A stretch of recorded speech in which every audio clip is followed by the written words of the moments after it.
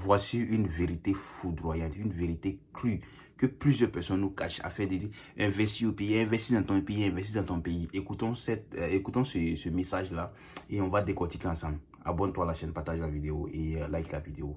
On est ensemble. Bonjour Bidemen, j'espère que tu vas bien et merci pour l'effort que tu fais. Merci pour m'apprécier, pour tous les efforts que je fais. Sincèrement, j'aime vos messages et j'apprécie votre message.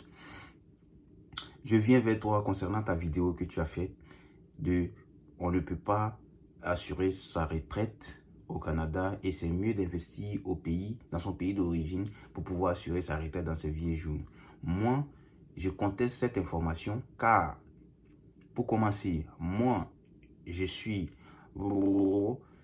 fait ma carrière au Canada depuis 25 ans et j'ai décidé d'investir dans mon pays d'origine, qui est la Côte d'Ivoire.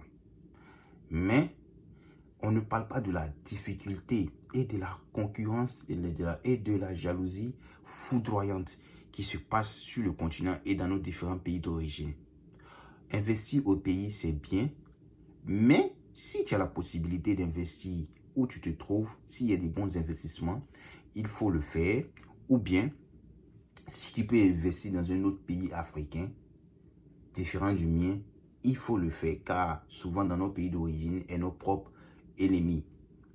Souvent quoi? Souvent les gens de nos pays d'origine et nos propres ennemis, car ils ne souhaitent pas que tu progresses dans un business que tu as tant souffert à l'étranger pour accumuler.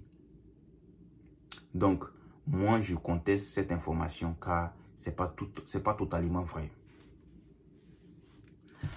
Bonjour les gars, j'espère que vous allez bien. Vous avez attendu ce email là où le gars me dit que, parce que j'ai fait une vidéo où je disais que j'ai causé avec un itinérant et puis le gars il était bien, il travaillait dans la fonction publique et tout, mais après ça il s'est retrouvé dans la rue parce qu'il n'arrivait pas à subvenir à ses besoins et tout avec la pension des retraites qu'il trouvait et tout. Donc, excusez-moi, ce qu'il dit aussi là c'est vrai. On parle des pays des gens, mais nous-mêmes, en cas c'est de la vérité. Dans nos pays là, il y a la sorcellerie là-bas. Moi, je ne parle pas de ceux qui pensent de sorcellerie, quelqu'un qui mange l'homme mystiquement. Non, non, non, non. Il y a la sorcellerie pure et en live là-bas. Parce qu'il y a plusieurs personnes qui n'aiment pas te voir progresser dans un business. Ils n'aiment pas voir un business qui est juteux de son frère noir. Tandis que si c'est disons un Libanais, ou bien un Français, ou bien quelqu'un de différent, ils sont prêts à l'aider, ils sont prêts à l'accompagner, ils sont prêts à travailler pour lui, pour que son business, même si ça ne marche pas au début, pour que son business commence à prendre un peu, même s'il les paye moins, ils sont prêts à faire ça jusqu'à ce que son business s'élève.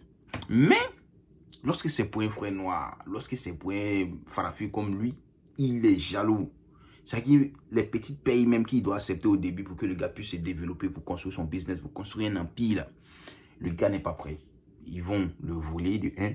Ils vont le faire des coups bas. Par exemple, si tu es ici et puis tu dis, bon, ok, je décide d'investir dans mon pays et je vais trouver des gens sûrs pour pouvoir m'accompagner sur le territoire.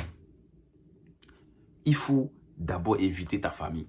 La majorité des cas, ça vient des familles. Parce que tu vas envoyer l'argent.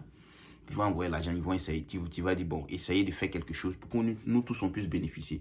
Mais eux, ils voient ça comme l'argent pour dépenser, pour manger, pour faire la fête, pour faire les mariages, pour faire tout. C'est ça le vrai problème. C'est ça le vrai problème. Donc, moi, ce que moi je peux dire ici est que quoi?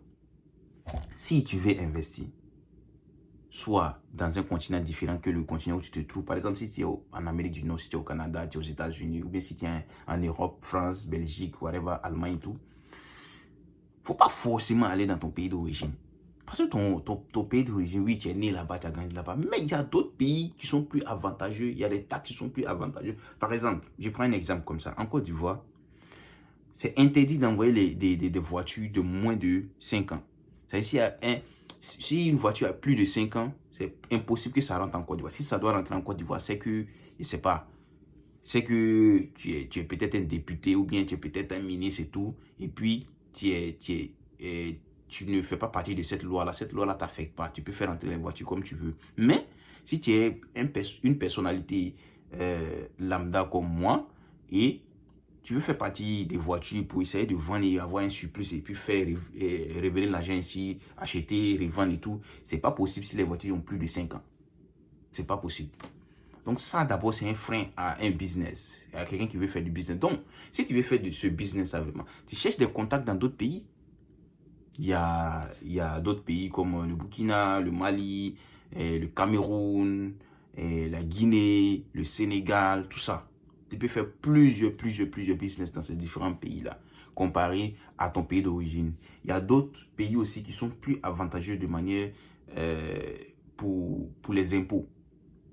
Parce qu'en Côte d'Ivoire, peut-être on paye beaucoup d'impôts et c'est difficile de faire les démarches administratives sans rentrer par les coups bas et tout.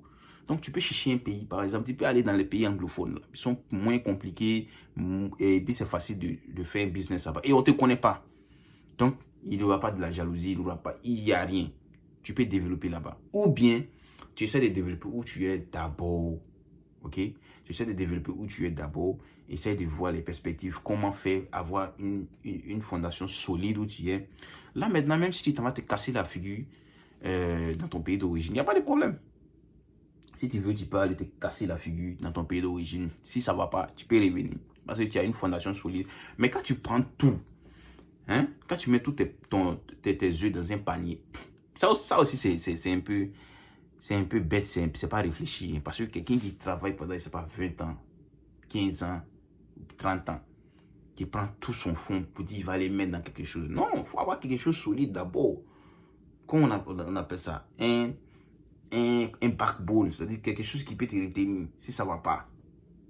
Parce que qu'est-ce qui prouve que le business va marcher? Il n'y a rien qui prouve. Il n'y a rien qui prouve. À moins que tu as fait le business avant, tu as vu les potentiels, tu as vu que ça marche. Mais même ça, c'est pas sûr. Parce que l'entrepreneuriat, c'est pas sûr.